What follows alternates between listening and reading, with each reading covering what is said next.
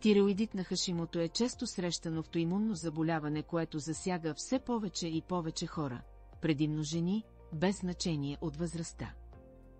Имунната система е провокирана от причинител в организма и изпраща имунни клетки, за да се справи с него. Проблемът при автоимунните заболявания е, че имунната система бърка заплахата със собствените органи, а в случая с Хашимото напада щитовидната жлеза. И така собствената ни имунна система опитва да разруши собствената ни щитовидна жлеза.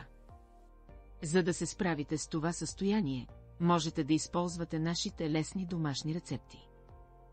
В нашия канал можете да намерите различни домашни съвети за щитовидната жлеза, както и още рецепти и диети за регулиране на хормоналния баланс, които също биха ви били полезни. За ваше удобство оставям линкове в описанието на видеото. Не забравяйте да се абонирате за канала Моето здраве. Рецепта с алоe вера. Смесват се 500 мл червено вино и 500 г натурален пчелен мед.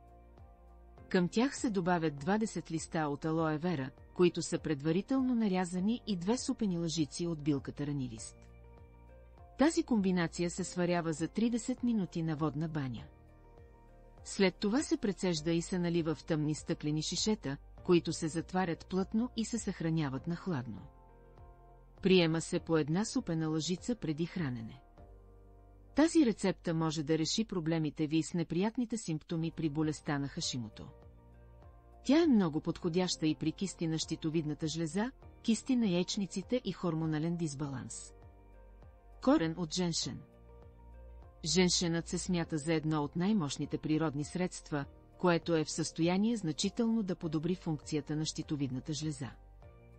За лечение може да използвате готова тинктура от женшен. Трябва да приемате по 30 капки 2 пъти на ден. За да има ефект, курсът с тинктура от женшен трябва да е с продължителност минимум от 1 месец. Йод и водка. Друг популярен лек за хипотиреоидизъм е йоден разтвор и водка. За да го приготвите, се нуждаете от 50 грама висококачествена водка, в която са добавени 2 капки йод. От получената комбинация взимате по 1 супена лъжица, смесена с малко вода, около час преди хранене, 2 пъти на ден. Първоначалният курс е 1 седмица, следва почивка в продължение на 10 дни. След това следва втори курс на лечение от 1 седмица. Ленено семе. Често споменаваме лененото семе, когато става въпрос за здравето на храносмилателната система, защото е с високо съдържание на фибри. Но то също така помага и на щитовидната жлеза. Тези, които имат намалена функция на щитовидната жлеза, могат да помогнат за увеличаване на необходимите на тялото хормони на щитовидната жлеза, чрез консумирането на ленено семе. Трябва ви само около 1 супена лъжица всеки ден, за да се възползвате от положителното му въздействие. Червено цвекло. Лечебните свойства на цвеклото са известни от много векове. Неговият сок е изключително полезен в терапията на заболявания на щитовидна жлеза. Разредете сока с водка в съотношение 1:1. Затворете с капак и сложете на тъмно място в продължение на 3 дни. Трябва да приемате от инфузията по 2 супени лъжици, 3 пъти на ден в продължение на 2 седмици. Направете 1 седмица почивка и след това втори курс на лечение от 4 на 10 дни. Кафяви водорасли. Терапията с кафяви водорасли може да включва както пресни морски водорасли, ако намерите, така и тези под формата на прах. Във водораслите се съдържат високи количества на йод и брум, които са така необходими при заболяване на щитовидната жлеза. Трябва да приемате водорасли на прах веднъж на ден, като половин чайна лъжичка се разрежда с малко вода или сок. Приема се по време на хранене. Коприва. Копривата може да бъде полезна както за тези, които имат хипофункция, така и при тези с хиперфункция на щитовидната жлеза. Копривата често се нарича тоник за щитовидната жлеза, защото нейното високо съдържание на йод може да помогне за намаляване на дефицита на този хранителен елемент. Консумирането на копривата под формата на чай обикновено е най-лесният и най-полезен начин, но пролетта тя е подходяща също и за свежи салати и вкусни супи. Вечерна иглика. Тази билка вече е много популярна за здравето на жените, но също така е много полезна и за щитовидната жлеза. Освен че подпомага намалената функция на щитовидната жлеза, може да помогне за справяне с симптомите на менопауза и хормонален дисбаланс, като намалява косопада, горещите вълни и регулира нередовния менструален цикъл.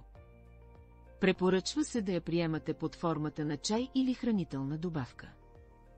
Джинджифил. От нашите рецепти сигурно вече знаете, че с корен от джинджифил можете да успокоите болките в гърлото и главоболието, но знаете ли, че той също така е идеално средство за щитовидната жлеза? Това е така, защото тази билка е богата на цинк, магнезий и калий, които са хранителни вещества, жизнено необходими за здравето на щитовидната жлеза. Но за целта трябва да използвате пресен корен от джинджифил. Джинджифилов чай с малко пчелен мед е успокояващ и ще помогне на щитовидната жлеза да функционира оптимално. Ехинацея. Тази билка е много популярна за подобряване на имунитета през зимния период, но тя е подходяща също така и за доброто здраве на щитовидната жлеза. Тя е полезна за тези от вас, които имат повишена функция на щитовидната жлеза. Трябва да използвате корените на билката. Можете да си направите чай от лъжица ситно нарязани корени в половин литър вреща вода и да го подсладите с пчелен мед. Можете също така да използвате и тинктура от растението.